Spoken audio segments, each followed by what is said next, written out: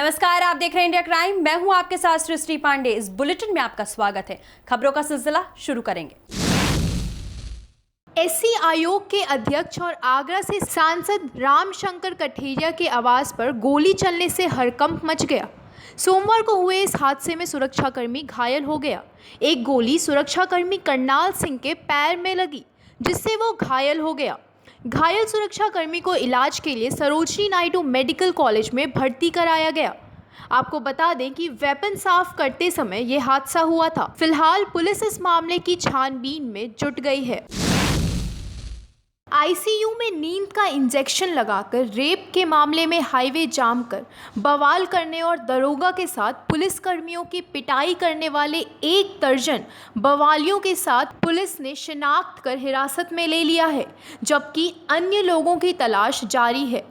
इस मामले में पुलिस ने लगभग 200 अज्ञात लोगों पर मुकदमा दर्ज किया है। वहीं 3 दर्जन से ज़्यादा लोग नामजद है। मामला बर्रत थाना क्षेत्र के जागृति अस्पताल का है, जहां बीते गुरुवार को देर रात 12वीं की छात्रा के साथ आईसीयू में वार्ड बॉय ने नींद का इंजेक्शन लगाकर रेप किया था। जब शुक्रवार सुबह छात्रा के परिजनों को घटना का पता चला तो उन्होंने हंगामा किया, जिसके बाद पुलिस ने वार्ड बॉय को गिरफ्तार कर लिया था। लेकिन गिरफ्तारी के बाद भी परिजनों का गुस्सा शांत नहीं हुआ। हजारों की संख्या में लोगों ने अस्पताल के बाहर हंगामा कर अस्पताल को सीज कराने की मांग की और जाम लगाया। जाम खुलवाने पहुंची पुलिस ने जब लाठीचार्ज किया तो जवाब में पुलिस पर पत्थर बरसाए गए। दरोगा के साथ साथ सिपाहियों को दौड़ा दौड़ा कर पीटा गया था।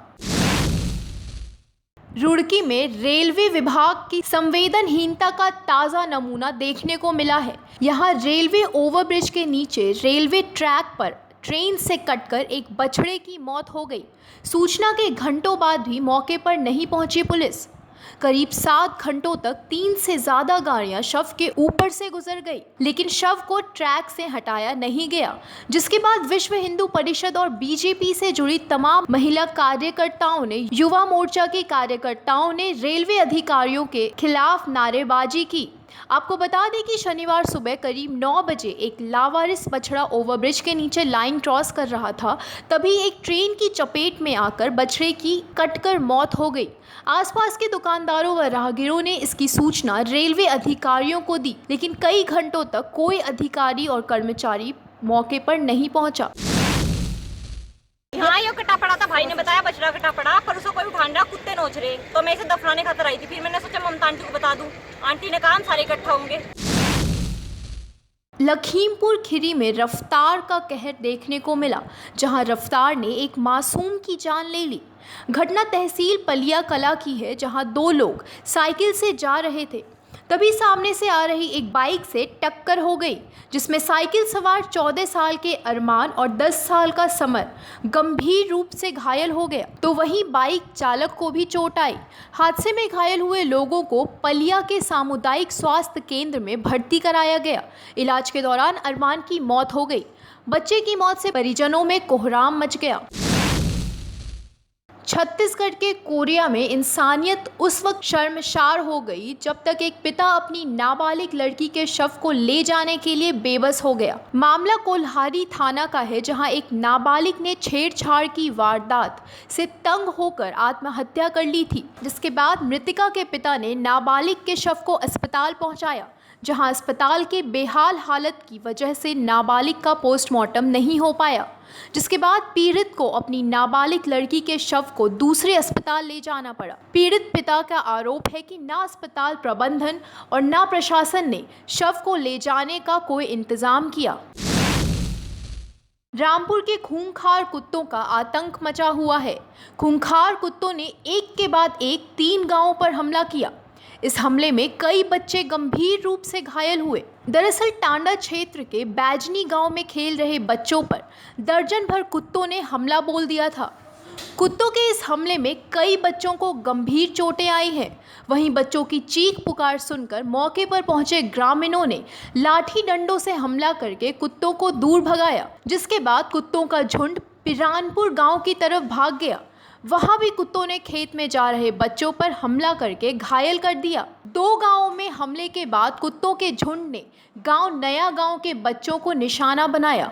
दर्जनों कुत्तों ने गांव के बाहर खेल बच्चों पर हमला करके कई बच्चों को जख्मी कर दिया।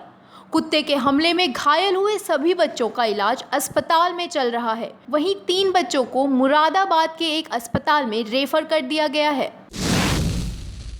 ताज नगरी में लड़कियों को पुलिस की लाठियों पर भरोसा नहीं रह गया, इसलिए मोहब्बत की नगरी में रहने वाली बेटियों ने खुद ही लाठियां हाथ में उठा ली हैं। दरअसल आगरा में अपराध का ग्राफ लगातार बढ़ रहा है। ऐसे में बेटियों ने रोमियो शोहदों अराजक तत्वों से बचने के लिए लाठी चलाने का गुर सीख रही है। लाठी चलाने की कला में महारत हासिल करने वाली बेटियों का कहना है कि अब समय आ गया है कि इस कला को हर लड़की खुद की हिफाजत के लिए ज़रूर सीखे।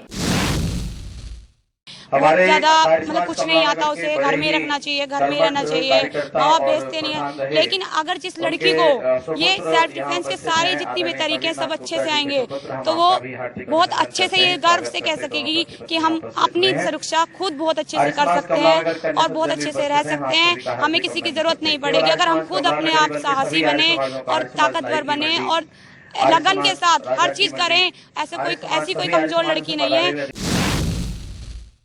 और पिछले लगातार 10 साल से इस प्रकार के कार्यक्रम हम चला रहे हैं बहनों के लिए। 2005 में हमने बेटी बचाओ अभियान चलाया और उसमें लगा कि कन्या भ्रूण हत्या के विरुद्ध हम प्रचार कर ही रहे हैं, लेकिन जो बहनें पैदा हो चुकी हैं उनकी स्थिति क्या है, उनकी स्थिति को सुधारने के लिए, उन बहनों के अंदर आत्मविश्वास पैदा करने के लिए, स्वाभिमान पैदा करने के लिए इस प्रकार के शिविर हम पूरे भारत में लगाते हैं। भारत और पाकिस्तान के बीच आईसीसी चैंपियंस ट्रॉफी का फाइनल मुकाबले में हुई भारत की हार से लोगों में नाराजगी दिखाई दी। मैच में भारत की हार से नाराज लोगों ने टीवी तक तोड़ दिए। मेरठ के मेहताब सिनेमा और जली कोठी चौराहों पर लोगों ने अपने अपने घरों से टीवी लाकर फोड़ दिए। मैच में हार से नाराज लोगों ने टॉस जीतकर फील्डिंग से भी नाराजगी जताई।